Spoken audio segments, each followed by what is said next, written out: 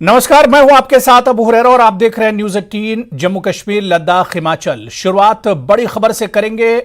आपको बता दें कि तुर्की में ऑपरेशन दोस्त पूरा करके भारतीय सेना की मेडिकल टीम देश लौट आई है। टीम ने ऑपरेशन को सफल बताया है। ख्याल रहे कि मेडिकल और रेस्क्यू टीम तुर्की भेजी गई थी। तुर्की के इस्कैंड्रन और हैते में भारतीय सेना ने फील्ड अस्पताल के जरिए मेडिकल, सर्जिकल और इमरजेंसी वार्ड चलाकर काम किया। इसी के साथ एक्सरे लैब और मेडिकल स्टोर भी कैंप में लगाया गया था।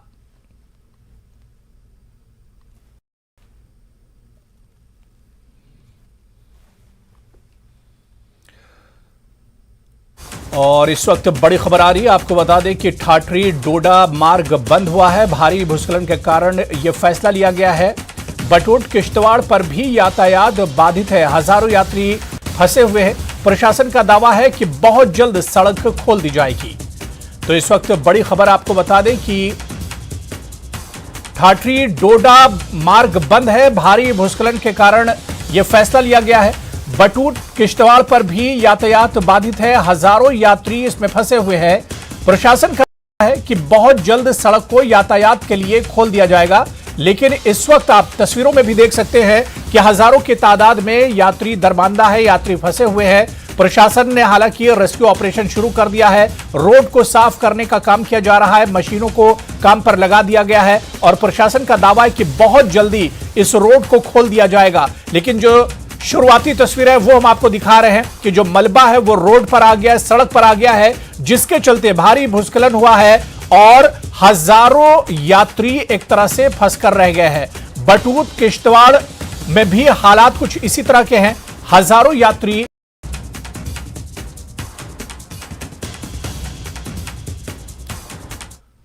और चलिए सीधे इस वक्त आपको कटरा लिए चलते हैं, जहां पर एलजी मनोज सिन्हा इस वक्त एक प्रोग्राम से खिताब कर रहे हैं। तकनीकी विशेषज्ञ, हमारे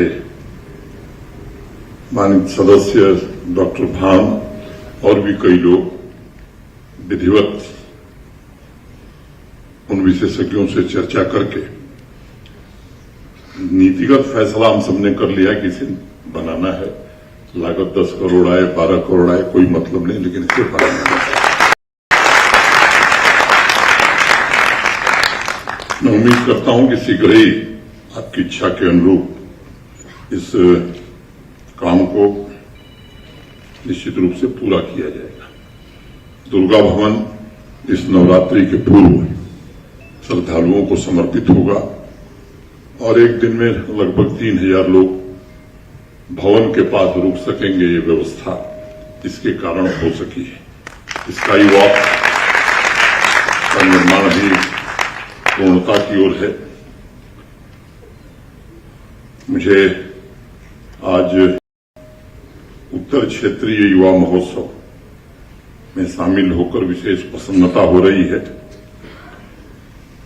जम्मू कश्मीर को मिलाकर 7 राज्यों एवं संघ शासित प्रदेशों के 10 संस्थान आज के युवा संस्कृत के विद्यार्थी इस कार्यक्रम में भाग ले रहे हैं। मैं उन सभी विद्यार्थियों का, उनके साथ आए हुए आचार्यों का अपनी ओर से, श्राइन बोर्ड की ओर से और जम्मू कश्मीर प्रशासन की ओर से हृदय से स्वागत करता हूं। अभिनंदन। श्री माता वैष्णो देवी एवं केंद्रीय संस्कृत विश्वविद्यालय के तत्वाधान में आयोजित ये आयोजन एक अलग प्रकार का उत्सव है, जो विशेष रूप से संस्कृत के छात्रों के लिए आयोजित किया गया है। ये निश्चित रूप से प्रशंसनीय कार्य है और मैं समझता हूं कि वैष्णो देवी श्राइन बोर्ड के स्थापना के उद्देश्य को अगर हम देखें तो उसमें एक प्रमुख उद्देश्य यह है कि संस्कृत का विस्तार जम्मू कश्मीर में हो। संस्कृत के उत्थान के लिए श्राइन बोर्ड को निश्चित रूप से आगे आकर काम करना चाहिए। साथियों, जम्मू कश्मीर विश्व का एकमात्र शारदा पीठ है। अभी स्वामी जी कह रहे थे, यह अध्यात्म, ज्ञान, तप, संस्कार और संस्कृति की पवित्र भूमि है। यहां त्रिकुटा हिल पर जहां माता वैष्णो देवी विराजमान है, तो अमरनाथ की पहाड़ियों पर स्वयं भगवान शिव निवास करते हैं। यहाँ के वातावरण में नीलमत पुराण की परतें हैं, तो शंकराचार्य के शब्दों से व्यक्ति की चेतना को नई दिशा भी यहीं प्राप्त होती है। अगर इतिहास के पन्नों को पलटकर आप देखेंगे तो पाएंगे कि प्राचीन भारतवर्ष में अनेक ऋषियों, मनीषियों के ज्ञान की खोज कहीं न कहीं जम्मू कश्मीर में पहुंचकर ही शांत होती थी, और इसलिए जम्मू कश्मीर राष्ट्र का मुकुटमणि कहा जाता है। अगर संस्कृत के विद्वानों की दृष्टि से हम देखें तो मुकुटमणि का अर्थ क्या है? मुझे लगता है सहस्त्रार चक्र, यानी 7 चक्रों में सबसे आखिरी एवं सर्वोच्च, जो मस्तिष्क के सबसे ऊपरी हिस्से है, और उस सहस्त्र पंखुड़ियों वाले चक्र को गुरु के ध्यान का भी चक्र कहा जाता है। जब कुंडलनी इस चक्र पर पहुंचती है तब साधक मुक्ति को प्राप्त करता है, और इसलिए मैं समझता हूं कि अध्यात्म के केंद्र के रूप में जम्मू कश्मीर दरअसल मोक्ष स्थल है, और देश में शक्ति के अलग अलग केंद्रों से होते हुए लोग अपनी आध्यात्मिक यात्रा के मुकुटमणि यानी जम्मू कश्मीर तक पूर्व काल से पहुंचते थे। जो अभी भगवान शंकराचार्य का जिक्र आया वो इस में जिक्र आया है। हम सब शंकराचार्य जी बौद्ध भिक्षुओं, सूफियों की यात्राओं से परिचित हैं। किस प्रकार उन्होंने संस्कृत और संस्कृति दोनों की सेवा की, उससे हम सब वाकिफ हैं। क्योंकि संस्कृत ने ही हमारी संस्कृति को आकार दिया है, इसलिए संस्कृत यहां कभी वैकल्पिक नहीं बल्कि आध्यात्मिक यात्रा एवं साधना की एकमात्र भाषा रही है। आज अनेक राज्यों से यहां इस उत्सव में इकट्ठा हुए संस्कृत विद्यार्थियों से मैं कहना चाहूंगा कि संस्कृत के जाने माने विद्वानों के साथ मिलकर ये कोशिश हम सब कर रहे हैं कि संस्कृत की प्रतिष्ठा को पुनः जम्मू कश्मीर में पुनर्स्थापित किया जाए। इसमें एक कठिनाई जो मेरे ध्यान में आती है, और मैं संस्कृत एक बार किसी कार्यक्रम में झाजी थे तो मैंने वहां भी कहा था, संस्कृत के विद्वानों से मैं बहुत विनम्रतापूर्वक कहना चाहता हूं कि संस्कृत जब तक जन भाषा, आम आदमी की भाषा नहीं होगी, उसका प्रचार प्रसार नहीं हो सकता है। इसलिए संस्कृत के विद्वानों पर यह नैतिक दायित्व आ गया है कि इसे जन भाषा कैसे बनाए, सामान्य आदमी कैसे बोल सके।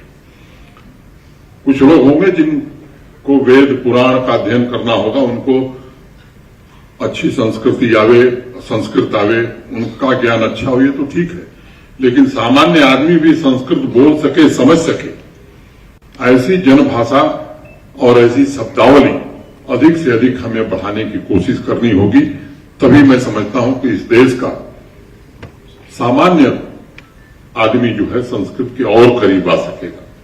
पिछले कई वर्षों से एक बात मुझे परेशान करती थी, व्यक्तिगत रूप से मुझे परेशान करती थी, कि विश्व की सभी आधुनिक भाषाओं के मूल में संस्कृत है, लेकिन उन भाषाओं में प्राण भरने वाली हमारी देववाणी आम आदमी से कैसे दूर हो गई।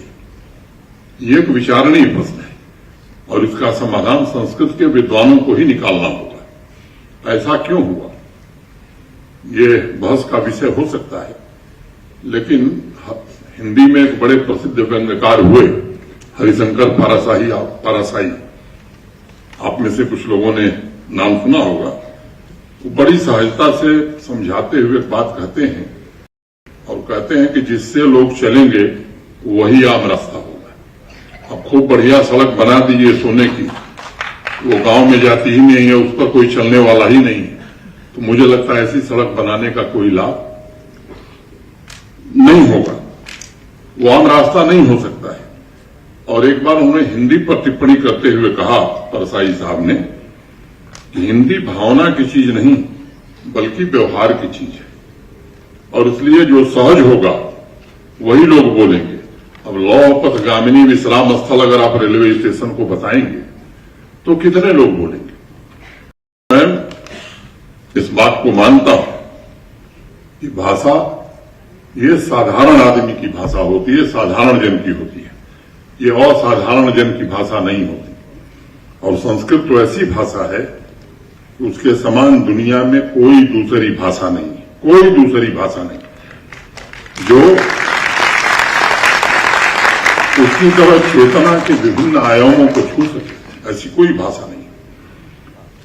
कोलंबिया यूनिवर्सिटी के एक प्रोफेसर हैं व्यास ह्यूस्टन, उन्होंने लिखा है कि संस्कृत की सबसे बड़ी अनोखी बात यह है, यह किसी भी इंसान को दो अलग अलग धाराओं के ऊंचे स्तर पर पहुंचाने में मदद करती है और उन दोनों आयामों पर, जैसे गणित और संगीत, मस्तिष्क और हृदय, वैज्ञानिक और आध्यात्मिक पर इंसान एक रूप स्वयं को महसूस करता है। इसलिए प्रोफेसर व्यास ह्यूस्टन ने संस्कृत को जन भाषा बनाने के लिए 1989 में अमेरिकन संस्कृत इंस्टीट्यूट की स्थापना की और संस्कृत सिखाने की विधियों में अनेक परिवर्तन उन्होंने किए ताकि वो छात्रों के बोलचाल की ठेठ भाषा बन सके। और आज उनकी विधियों को अपनाकर अमेरिका के अनेक युवा घर बैठकर संस्कृत सीख रहे हैं। हमें लगता है कि हमको भी इस तरह का प्रयोग अब करना ही होगा। जम्मू कश्मीर में भी श्री माता वैष्णो देवी गुरुकुल, चूड़ामणि संस्थान, संस्कृत विद्यापीठ हमारा, और एक नाम मैं जरूर लूंगा महंत रोहित शास्त्री का।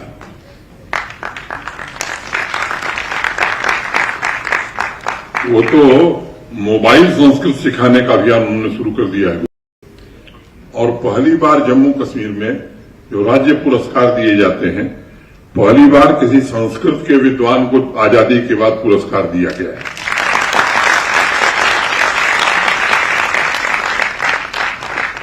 उसके प्रचार प्रसार में अनेक लोग लगे हैं। इस युवा महोत्सव के दौरान भी हमारी कोशिश होनी चाहिए कि तमाम आयोजित होने वाले कार्यक्रमों के माध्यम से संस्कृत की समृद्ध विरासत का कैसे प्रसार हो सके। आप विचार करें, महात्मा बुद्ध हों, महात्मा गांधी हों, मैक्स मुलर हों, प्रोफेसर बॉब, प्रोफेसर रिचर्ड ग्रामविच हों और दुनिया के सबसे प्रसिद्ध वैज्ञानिक अल्बर्ट आइंस्टाइन, सभी का विचार संस्कृत के बारे में एक ही जैसा था। तो कटरा में एलजी मनोज सिन्हा ने यूथ फेस्टिवल का उद्घाटन किया और इस मौके पर संस्कृत भाषा की इंपॉर्टेंस पर जोर दिया। फिलहाल यहां पर रुकेंगे छोटे से ब्रेक के लिए।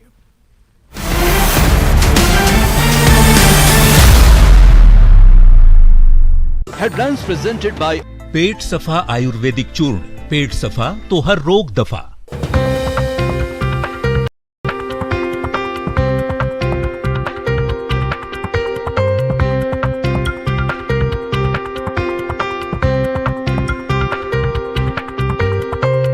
हेडलाइंस प्रेजेंटेड बाय पेट सफा आयुर्वेदिक चूर्ण। पेट सफा तो हर रोग दफा।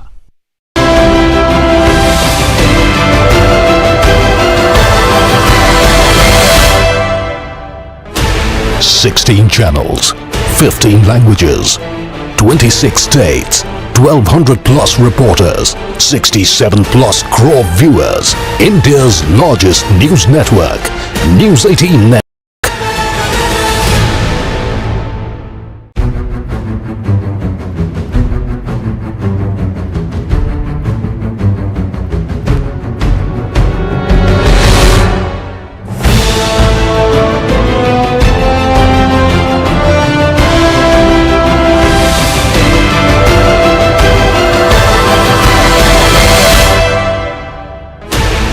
Sixteen channels, 15 languages, 26 states, 1200 plus reporters, 67 plus crore viewers.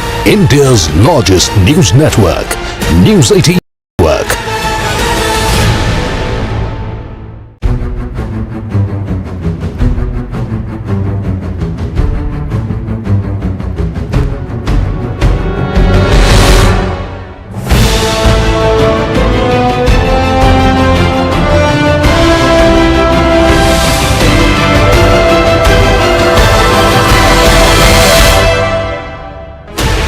16 channels, 15 languages, 26 states, 1200 plus reporters, 67 plus crore viewers. India's largest news network, News 18 Network.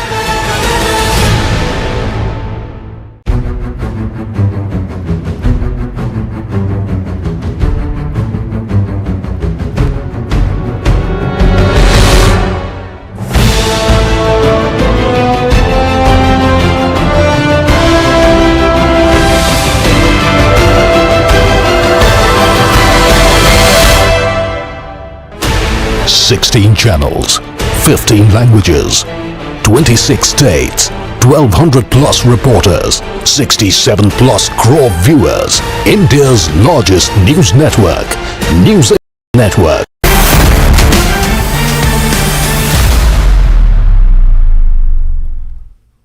Break बाद आगे बढ़ेंगे। खबर जिला रामबन से है, जहां सब डिवीजन गूल के इलाके दिलवा सिंगलदान में जमीन खिसकने से गूल रामबन सड़क रास्ते को नुकसान पहुंचा है। 1 दर्जन से ज्यादा मकानों को नुकसान पहुंचा है। कई घरों में दरारें पड़ गई हैं। ख्याल रहे कि गुज़िश्ता दिनों वहां जमीन खिसकने का वाकया पेश आया था।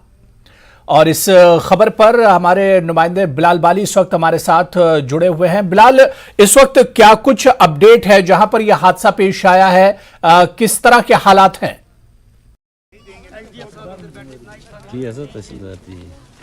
देखिए हुरेरा, हालात लगातार संगीन बने हुए हैं। संगलदान के मकाम पर हम पहुंचे हुए हैं जहां पर ये रोड सिंक हुआ था। मेरे पीछे की तस्वीर देखेंगे आप तो निहायत ही खौफनाक मंजर जो है यहां पर देखने को मिल रहा है। जब लैंड सिंकिंग का मसला जब शुरू हुआ है, आज से 2 दिन कबल आप बात करेंगे, तो उसके बाद लगातार ये एरिया सिंक हो रहा है। और देखिए सड़क की हालत इस वक्त क्या हुई है, पूरी दरारें पड़ी हुई है सड़क में और पूरा एरिया जो सिंक हो रहा है। इसमें यहाँ के ऊपर की पॉपुलेशन बहुत ज्यादा है जो अफेक्टेड है। 10 से 15 घर जो है मुकम्मल तौर से तबाह हो गया है और अभी भी तकरीबन 1 से 2 दर्जन घर जो है उनको सख्त खतरा लायक है। और यहाँ से नीचे की जो पॉपुलेशन है उसको भी खतरा लायक।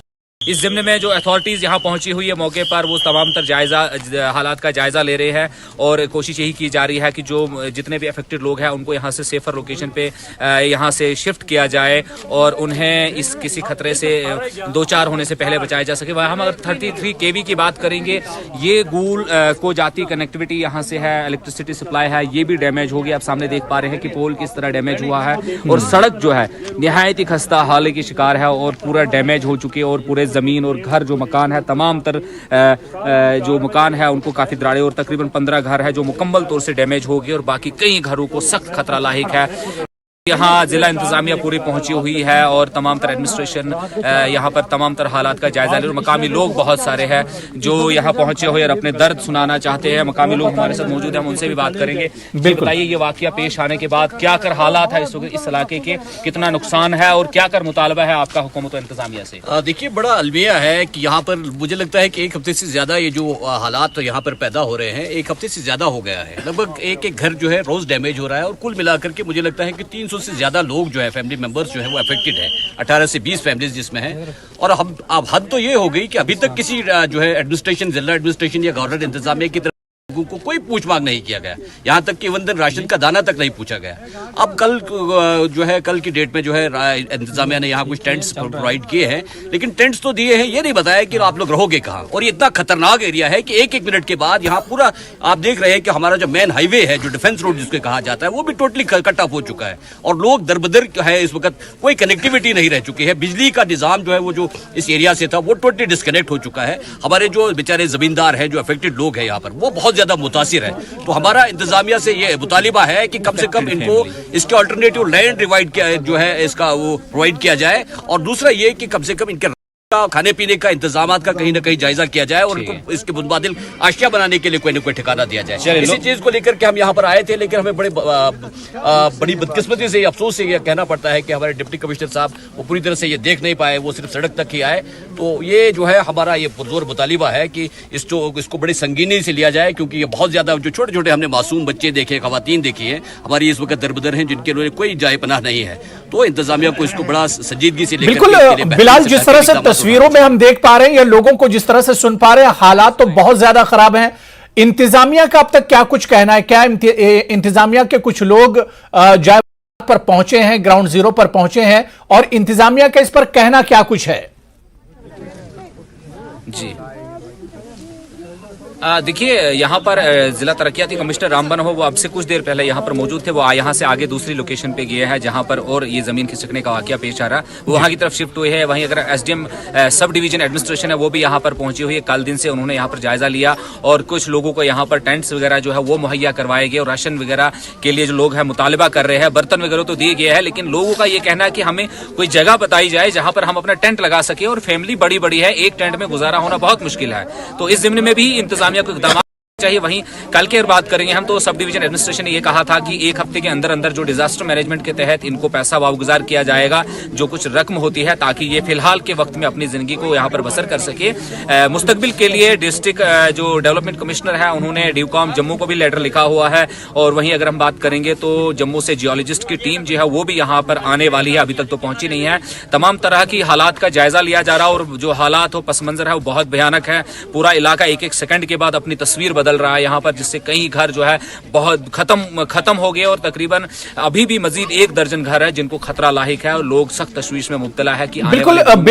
बिलाल, एक चीज आपसे और समझना चाह रहा हूं, सिंगलदान में जिस तरह के हालात हैं, क्या ये हालात अचानक पैदा हो गए या पहले से कोई अनुमान जाहिर किया जा रहा था? जो माहिरीन है उनका क्या कुछ कहना है? आखिर इस तरह के हालात बने कैसे? जमीन में इतनी ज्यादा दरारें किस तरह से पड़ गई? यहाँ की जो तस्वीर है वो अचानक यहाँ जाहिर होती है। इससे पहले इस तरह का वाकया, कोई बड़ा वाकया यहाँ इस इलाके में पेश नहीं आया था। माजी में जो कंस्ट्रक्शन एक्टिविटी संगलदान एरिया में वहां भी कुछ हुआ था, लेकिन वो माइनर थे। इतना बड़े लेवल पे, लार्ज स्केल पे इस तरह से लैंड सिंकिंग का जो वाकया है, ये पहली बार है। लोगों के लिए, यहाँ बुजुर्गों के लिए, सब ये चौंकाने वाली बात है कि इस तरह से पूरी जमीन की जमीन धंसना जो शुरू हो गई है, ये क्या वाकया हो सकता है। इसके लिए जो माहिरीन है, जो जियोलॉजिस्ट है, वो यहाँ पर पहुंचकर ही वो बात कर पाएंगे और उसके बाद जो यहाँ एसेस करेंगे, जमीनी हालात को यहाँ का जायजा लेंगे, उसके बाद ही बताया जा सकता है कि क्या कर वजूहात रही होंगी इस जमीन के खिसकने के। लेकिन इस वक्त की जो हालात है वो निहायत ही संगीन है। अवाम मुतालबा कर रहे, गरीब लोग हैं, एक एक कच्चे। बिल्कुल बिलाल, आपके पीछे कुछ बुजुर्ग भी मुझे नजर आ रहे हैं, उनसे भी पूछिए कि क्या इस तरह के हालात इस इलाके में इससे पहले कभी हुए हों? 10 साल, 15 साल, 20 साल पहले क्या इस तरह के हालात कभी इससे पहले भी हुए हैं? जी, आप बताइए, यहाँ इससे पहले कोई ऐसा वाकया आया कि इस तरह जमीन खिसकी हो या इस तरह दरारें पड़ी हो, अचानक ये पैदा हुआ? क्या कर आपका तजुर्बा क्या कहता है? नमस्कार सर, मेरा नाम अब्दुल गनी पाचू है सर। मैं यहाँ का रहीश रहने वाला हूँ, लेकिन मुझे मतलब जो बुजुर्ग हमारे 60-70 साल के बुजुर्ग जो गुजर गए यहाँ कुछ मौजूद है, उनके कहने से कि मतलब आज तक हमने कभी ऐसा नहीं देखा कि मतलब ऐसे स्लाइड नहीं देखा, न कभी क्रैक हुआ था। थोड़ा बहुत रोड के अगली साइड में थोड़ा बहुत होता था, क्रैक वगैरह होता था, लेकिन ऐसी डैमेज नहीं हो रहा है। और ये जो है कम से कम 3 किलोमीटर ऊपर से ये स्लाइड जो है चल रहा है, जिसमें जद में अभी तक 13 घर टोटल डैमेज है। बाकी आज के डेट में 3-4 घर और मतलब डैमेज हुए हैं, और जिस ज़्यादा से ज़्यादा मुझे लग रहा है 25 से 30 घर आने वाले इसमें हैं, जिसमें रहने वाले इंसान जो यहाँ पर हम लोग हैं, जो यहाँ पर रही जो है, कम से कम 200 से 250 लोग जो है इसके अंदर जद में आ चुके हैं। अब इसमें कुछ लोग जो है घर है आगे पीछे है, जमीनें इसके बीच में है। जमीन जो है इनको जैसे मतलब फल फ्रूट है, अखरोट है वगैरह, जो भी इसके अंदर था वो सारा हमारा मतलब हमारा मजदूरी और सब कुछ यही कुछ था। चाहे मतलब हमारा फ्रूट था, यहाँ माल मवेशी था, छोटा मोटा, इसी से हमारा गुजारा था। न नौकरी है, न किसी को इस एरिया में किसी को नौकरी का नाम पता नहीं वो क्या होता है। और सारे रोड पे आते थे और मजदूरी शाम को जाते थे। खाना के हालात क्या आपके घरों में? आप टेंट में किस तरह रह रहे हैं? बच्चे लेके क्या है? और मुतालबा क्या करेंगे हुकूमत से ताकि फौरी इमदाद आपकी हो सके? देखिए जी सर, हमारे घर में तो बच्चे अभी तक ये बोल रहे थे कि डीसी साहब आ रहे हैं, शायद उनको ये ख्याल था हमारे लिए कुछ लॉलीपॉप या टॉफी लेके आएगा, लेकिन डीसी साहब रोड तक आ गए। और वहाँ से जब हमारे बच्चे से देख रहे थे, ऊपर से घरों से देख रहे थे कि डीसी साहब सुना, वापस गए। वो उन्होंने सुना था, चलो आश्वासन था हमारे को, हम नहीं कहते कि डीसी साहब कोई ऐसी चीज़ है कि चलो हमें आश्वासन हो जाता था उसके आने से। पर बहुत अफसोस हो गया हमें, डीसी साहब आधे रास्ते से वापस गया और यहाँ हमारे तक नहीं पहुँचे। और हमें उसको मतलब ऐसे थे, हाथ फैला के बैठे थे, चलो डीसी साहब यहाँ आएंगे, बड़ी खुशी थी। लेकिन वो रास्ते में चले गए, हमारी आश भी खत्म हो गई। लेकिन चलो फिर भी हम एडमिशन से हम क्या है आपका मुतालबा? क्या है मुतालबा? ये है कि हमें रोड में मतलब हमारा कहीं एडजस्ट कर दे, क्योंकि हम अभी तक टेंट जो दिए हैं, टेंटों में रह रहे हैं। खाने पीने के लिए कुछ नहीं, कल एसडीएम साहब से बोला था खाने पीने के लिए कुछ, उसने बोला भाई 2-2 महीने का राशन आप लोग ले चुके हैं। भाई जिसका एपीएल है या बीपीएल, यहाँ वो एपीएल वो कुछ है नहीं, वो सस्ता राशन आता है, उसका कार्ड किसी के पास नहीं है। यहाँ वो महंगा वाला ही कार्ड है सबके पास, उसको वो नकद लाता है, जहाँ से मर्जी लाए वो लाए या नहीं। इसका भी। ठीक है, एक और गुजरे गए, बताइए आप क्या हुआ, आपका घर को कितना नुकसान पहुंचा, क्या कहेंगे आप? बहुत नुकसान हो गया, मेरा मकान था वो पूरा डैमेज हो गया। अच्छा। जमीन थी वो भी चली गई है। अच्छा। बच्चा है जो वो भी उधर दरख्तों के हेठे। अच्छा। क्या करेंगे? टेंट शेंट मिला आपको? एक टेंट मिला और 2 कमर मिला, उनको क्या बनेगा? माल को मस्जिद को रखा। और जमीन थी वो भी गुजर गई। ठीक है, ठीक है। खाना क्या, खाने पीने के लिए कुछ नहीं, कल का 3 दिनों का फाका ही है उधर, सूखे पुखे बैठे हैं बच्चे, और क्या करें? ठीक है, आप बताओ कितना नुकसान हुआ है आपके घर में, क्या हुआ, क्या? मकान गए मेरा,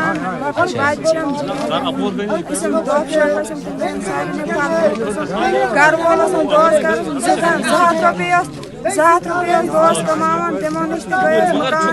बिल्कुल बिलाल, लोगों का के साथ जो परेशानी है, उनका जो दुखड़ा है वो हम सुन पा रहे हैं, लेकिन अब सवाल ये उठता है कि एडमिनिस्ट्रेशन की तरफ से किस तरह के कदम उठाए जा रहे हैं, और इसके अलावा क्या एक्सपर्ट की अभी तक कोई टीम पहुंची है, क्या माहिरीन की कोई टीम पहुंची है? क्योंकि जो लोग वहां पर बता रहे हैं कि पिछले 50-40 सालों में इस तरह का कोई हादसा वहां पर पेश नहीं आया और ये चीज अचानक एक तरह से रूनुमा हुई है। तो क्या एक्सपर्ट की कोई टीम पहुंची है, और अगर नहीं पहुंची है तो क्या आने वाले एक आध दिन में कोई ऐसी टीम पहुंचेगी जो हालात का जायजा लेगी कि इस तरह के हालात पैदा कैसे हुए?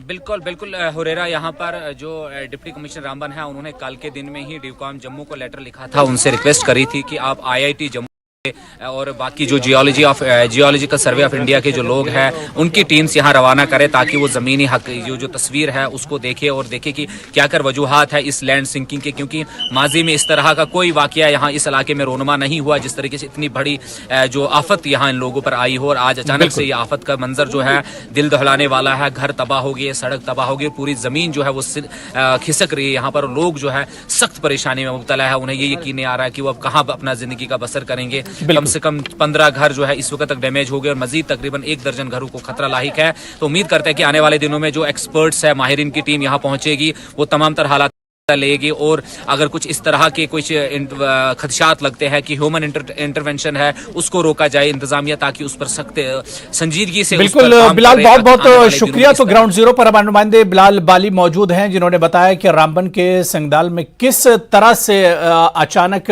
जमीन में दरारें पड़ गई, जिसकी वजह से तकरीबन 15 मकान इसकी जद में आ गए हैं। लोग काफी ज्यादा परेशान हैं और उम्मीद की जा रही है कि इंतजामिया इन लोगों को हर तरह की राहत पहुंचाएगी। फिलहाल इस बुलेटिन में इतना ही। नमस्कार।